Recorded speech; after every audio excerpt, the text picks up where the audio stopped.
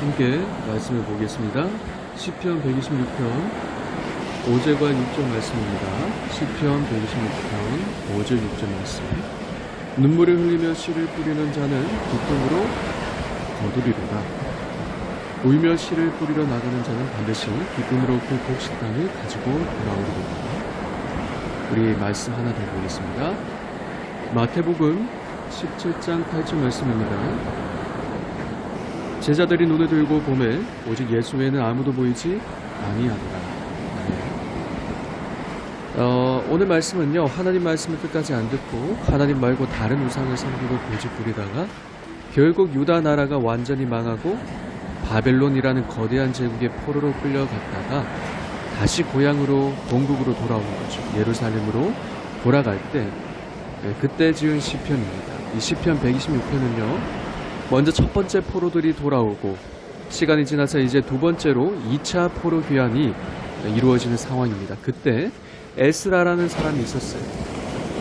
하나님의 율법을 연구하고 가르치는 학사 겸 제사장이었던 에스라가 바벨론의 포로로 사로잡힌 이스라엘 사람들을 위해서 기도하고 하나님이 자비와 은혜를 베푸셔서 무사히 고향으로 돌아올 수 있길 간절히 바라는 마음으로 이 시편 126편을 기록하였습니다.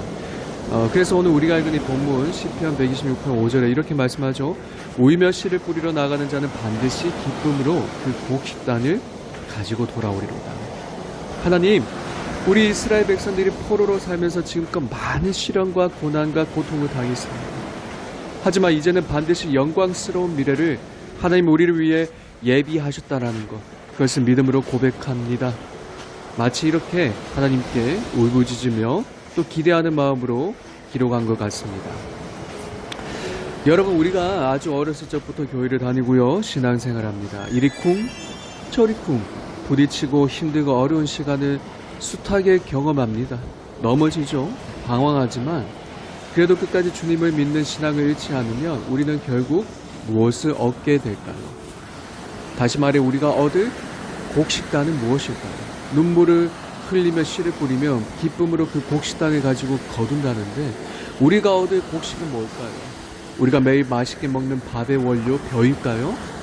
아니면 우리가 얻을 곡식은 과일이나 채소일까요? 혹은 여러분이 제일 좋아하는 음식일까요? 아닙니다. 우리가 얻게 될 곡식단은 예수님이에요. 예수님. 이게 무슨 말일까요? 예수님을 우리가 얻는단 말이에요. 우리가 예수님을 밥처럼 먹는 겁니까? 아니죠. 우리가 예수님처럼 밥을 먹으면 예수님을 우리가 가지게 되니까, 예수님이 우리 몸 안으로 들어오니까 우리가 예수님처럼 되고 하나님처럼 된다, 그런 말이에요? 아니죠. 우리는 절대로 하나님 될 수 없고 예수님도 될 수 없어요. 그럼 도대체 무슨 말씀 하시는 거예요? 여러분 생각해 보세요. 하나님께서는요, 하나님의 전부와 같은, 자신의 전부와 같은 예수님을 우리에게 보내주셨잖아요. 예수님이 아니고서는 우리를 영원히 죄에서 깨끗하게 하실 분은 이 세상에 단 한 사람도 없어요. 그래서 우리가 하나님과 예수를 믿으며 신앙생활하면서 이리쿵 저리쿵 부딪히고 방황하지만 결국 최종적으로 얻는 것은 예수님입니다. 나중에 결국 우리에게 남는 건 돈도 아니에요. 집이나 자동차처럼 우리 눈에 보이는 어떤 부동산도 아니에요. 어떤 특정한 위인도 아닌 바로 우리 예수 그리스도이십니다. 더 이해하기 쉽게 말씀드리면 오직 예수님을 믿음으로 받게 되는 구원이라는 거죠. 구원. 구원은 하나님의 선물입니다. 그래서 우리는 이렇게 고백할 수 있죠. 우리의 몸부림, 우리의 방황은 험으로 끝나지 않고 예수 그리스도로 끝난다. 예수 그리스도로 마칠 것이다. 우리 인생이 어쩌면 끊임없이 돌아가는 빙글빙글 다람쥐 쳇바퀴 돌아가는 그런 빙글빙글 코스인데 어지럽고 혼란스럽고 방황할 때가 있지만 끝까지 포기하지 않으면 우리는 아무것도 없는 공허한 허무가 아니라 예수 그리스도를 믿음으로 영원한 구원, 영혼의 구원을 경험할 것입니다. 마태복음 17장에 보시면요, 예수님이 영광스러운 모습을 변모하세요. 광채를 발하시거든요. 마태복음 17장 8절에 보시면, 근데 예수님 곁에 두 사람이 나와요. 한 명은 모세, 한 명은 엘리야죠. 하지만 시간이 지나고 결국 그 자리에 끝까지 남으신 분은 예수님 한 분이셨습니다. 우리의 대단한 행위, 우리의 의로움을 대표하는 모세도, 율법의 대표자인 모세도 사라져요. 하나님을 위한 우리의 훌륭한 업적, 어떤 탁월한 성과물, 마치 그것을 대표하는 엘리야 선지자도 사라집니다. 안개처럼 사라지죠. 어쩌면 우리에게는 지우고 싶은 시험 성적일 수도 있겠어요. 하지만 누구는 남아요. 우리의 유일한 구원자, 영원한 구원자 대신 예수님은 끝까지 사라지지 않으시고 우리 곁에 영원히 남으십니다. 그래서 히브리서 기자는 히브리서 13장 8절에 예수 그리스도는 어제나 오늘이나 영원토록 동일하시다. 결국 우리의 삶은 예수님으로 마치는 삶입니다. 예수 그리스도로 남기는 삶이죠.